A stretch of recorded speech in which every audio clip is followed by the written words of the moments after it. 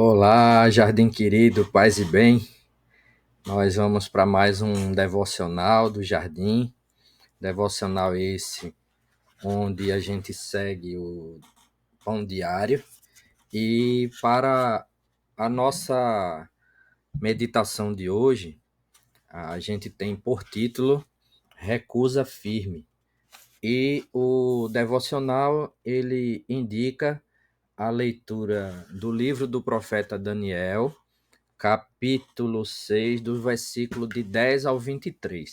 Mas eu vou quebrar um pouco o protocolo e eu vou ler a partir do versículo 1, que diz assim: E pareceu bem a Dario constituir sobre o reino 120 príncipes, que estivessem sobre todo o reino, e sobre eles 3 presidentes, dos quais Daniel era um, aos quais esses príncipes dessem conta para que o rei não sofresse dano. Então, mesmo Daniel sobrepujou esses presidentes e príncipes, porque nele havia um espírito excelente, e o rei pensava constituí-lo sobre todo o reino. Então, os presidentes e os príncipes procuravam achar ocasião contra Daniel a respeito do reino, mas não podiam achar ocasião ou culpa alguma, porque ele era fiel e não se achava nele nenhum erro nem culpa. Então esses homens disseram: Nunca acharemos ocasião alguma contra este Daniel, se não a acharmos contra ele na lei do seu Deus. Então esses presidentes e príncipes foram junto ao rei e disseram-lhe assim: Ó rei Dario, vive para sempre.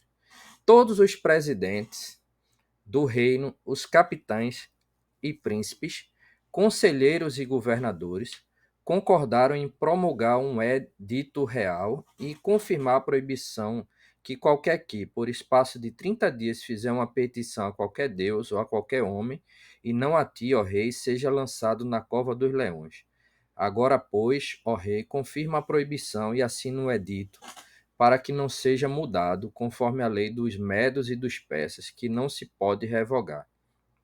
Por essa razão, o rei Dario assinou o edito e a proibição. Daniel, pois, quando soube que o edito estava assinado, entrou em sua casa. Ora, havia no seu quarto janelas abertas do lado de Jerusalém, e 3 vezes no dia se punha de joelhos e orava e dava graças diante do seu Deus, como antes costumava fazer. Então aqueles homens foram juntos e acharam a Daniel orando e suplicando diante de seu Deus. Então se apresentaram ao rei e, a respeito do edito real, disseram-lhe: Porventura não assinasse o edito pelo qual todo homem que fizesse uma petição a qualquer deus ou a qualquer homem, por espaço de 30 dias, e não a ti, ó rei, fosse lançado na cova dos leões? Respondeu o rei, dizendo: Esta palavra é certa, conforme a lei dos medos e dos persas, que não se pode revogar. Então responderam ao rei, dizendo-lhe: Daniel, que é dos filhos dos cativos de Judá, não tem feito caso de ti, ó rei, nem do edito que assinaste. Antes, 3 vezes por dia faz sua oração. Ouvindo o rei essas palavras, ficou muito penalizado. A favor de Daniel, propôs dentro do seu coração livrá-lo. E até o pôr do sol trabalhou para salvá-lo. Então aqueles homens foram juntos ao rei e disseram: Sabes, ó rei, que é a lei dos medos e dos persas, que nenhum edito ou decreto que o rei estabeleça se pode mudar. Então o rei ordenou que trouxesse a Daniel e lançaram-no na cova dos leões. E, falando o rei, disse a Daniel: O teu Deus, a quem tu continuamente serves, ele te livrará. E foi trazida uma pedra e posta sobre a boca da cova, e o rei selou com o seu anel e com o anel dos seus senhores, para que não mudasse a sentença acerca de Daniel. Então o rei se dirigiu para o seu palácio e passou a noite em jejum, e não deixou trazer à sua presença instrumentos de música, e fugiu dele o sono.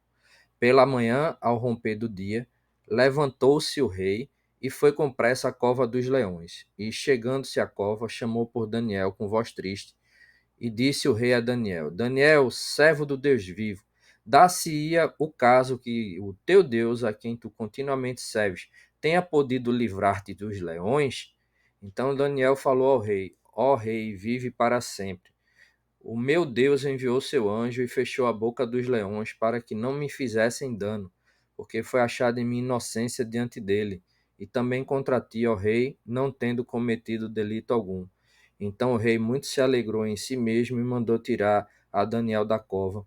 Assim foi tirado Daniel da cova, e nenhum dano se achou nele, porque crera no seu Deus. Então, essa é a palavra do Senhor, e nesse sentido, nós vamos fazer a meditação de hoje. Então, como eu já disse, o nosso devocional Pão Diário, para hoje, ele tem por título Recusa Firme. E ele coloca aqui como epígrafe o versículo 13, né? Aquele homem, Daniel, continua a orar ao Deus dele por 3 vezes por dia. Então, o devocional ele conta a história de um soldado, né? Chamado Franz Jagerstatter, que foi recrutado durante a Segunda Guerra Mundial pelos alemães para lutar na guerra, né? E ele fez todo o treino militar, mas em seguida ele se recusou a assumir o juramento de lealdade ao grupo, né? No caso aí, ao grupo dos nazistas, né? Então a gente sabe, a gente estudando a história, a gente vê ao longo da história que a Alemanha, né, na época da Segunda Guerra Mundial, ela tinha, né, no poder um governo nazista, né, cujo o líder máximo era o Führer, né, como eles chamavam, né, o Adolf Hitler. Então, nesse sentido, a gente sabe também por meio da história que durante a Segunda Guerra Mundial, os alemães promoveram um verdadeiro genocídio, né, de judeus, né? Foram cerca de 6 milhões de judeus, né, que foram assassinados em campos de concentração, né? E nesse sentido, né, a, esse fato vem a se constituir como um dos maiores crimes, né, contra a humanidade, né, da história. Mas a gente sabe também que durante esse período, né, esses judeus eles eram submetidos a muitas experiências, né, a experiências bem cruéis, como desde injetar, né, cimento, né, na barriga de mulheres grávidas, né, a, a colocar esses judeus em câmaras, né, onde eles iam receber, iam servir de teste, né, para determinados tipos de gases, né, que os alemães pretendiam utilizarem, né, como armas durante o período da guerra. Então foram 6 milhões de pessoas que morreram, né, morreram em meio a esse genocídio, né, que recebeu o nome, né, de Holocausto. Causto, né, seria a derivação aí de duas palavras do grego, né, holos, ou holo, né, e caustos, né, caustos é queimar e holo é todo, né, então recebeu esse nome porque os judeus eles eram exterminados, né, e colocados para terem o seu corpo cremado, né, em fornos, né.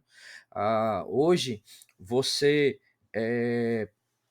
tem acesso, por exemplo, à visitação a alguns campos de concentração, dentre eles o campo de concentração mais famoso, né, que foi o de Auschwitz-Birkenau, que fica na região da Polônia, e você visitando a Polônia, você pode agendar uma visita ao campo de concentração, mas existe um site, né, pelo qual você pode fazer uma visita, uma tour virtual, né, tudo em 3D, é o auschwitz.org, onde você pode fazer uma visitação a esse campo de concentração, né, de Auschwitz. E você vê lá, entra, né, as imagens são muito boas, você entra, né, nos quartos onde os judeus eles dormiam, você vê ali as pichações, né, as escritas na parede, e nos locais onde você tinha câmara de gás, você consegue ver até as marcas de dedos, né, de rasgando assim a parede, né, eu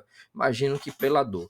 Então, o que é que a gente teve? A gente teve esse soldado se recusando a servir na guerra, e devido a isso ele foi considerado traidor, e foi condenado à morte, né, foi executado, diz o texto aqui do devocional, deixando para trás a sua esposa e 3 filhas. Então vejam, esse camarada ele foi executado porque ele se negou a prestar o juramento, né, dos nazistas, né, e esse juramento, né, fazia com que ele tivesse que, inclusive, que assassinar judeus. E ele preferiu, né, ficar firme às suas ideias e morrer a ter que tirar a vida de outras pessoas que eram pessoas inocentes. Então, a mesma coisa a gente vai observar com Daniel. Lógico que aqui o que Daniel faz não é se negar a assassinar, né, pessoas consideradas inocentes, mas Daniel ele se nega a obedecer um decreto, né, real, que foi uma pegadinha, né, sem graça, né, dos príncipes, né, do rei, que queriam achar um jeito, né, de acabar com a vida de Daniel, e eles armaram, né, uma arapuca, né, uma armadilha, onde eles fizeram o rei publicar um decreto que aqueles que não prestassem reverência, né, culto, né, à figura do rei, que naquele período, né, da antiguidade, os reis, quase todos eles eram considerados, né, deuses, então ele teria que ser punido com a morte. E eles fizeram isso, né, esperando que Daniel desobedecesse, né, para poder utilizar aquilo como acusação.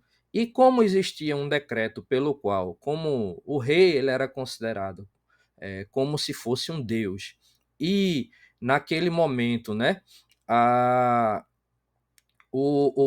a palavra de um rei não podia ser deixada, né, não podia ser desprezada, né, e depois que o rei proferia um decreto, ele não podia voltar atrás naquele decreto, né? E isso levou o Daniel a ser, né, condenado à morte, né, na cova dos leões, porque esses príncipes, né, eles criaram essa arapuca aí e apostaram, né? Vejam, eles apostaram na lealdade de Daniel a Deus.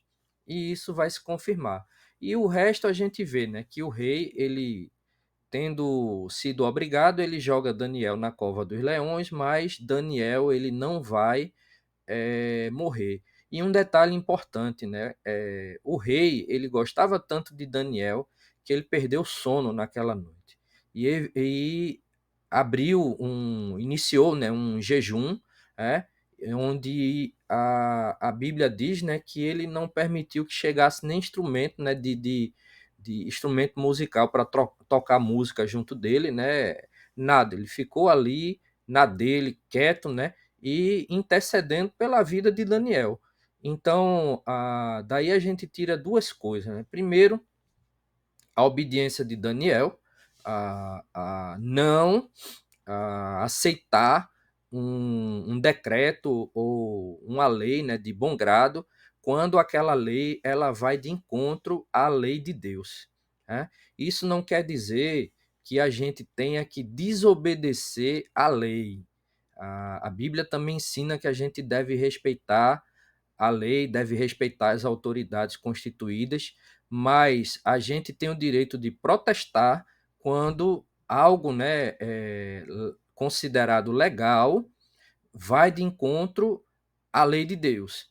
Então, e protestar contra isso não sair quebrando nada, é usar de instrumentos possíveis, né, de protesto, né, sem que a gente vá, por meio do nosso protesto, também infringir a lei.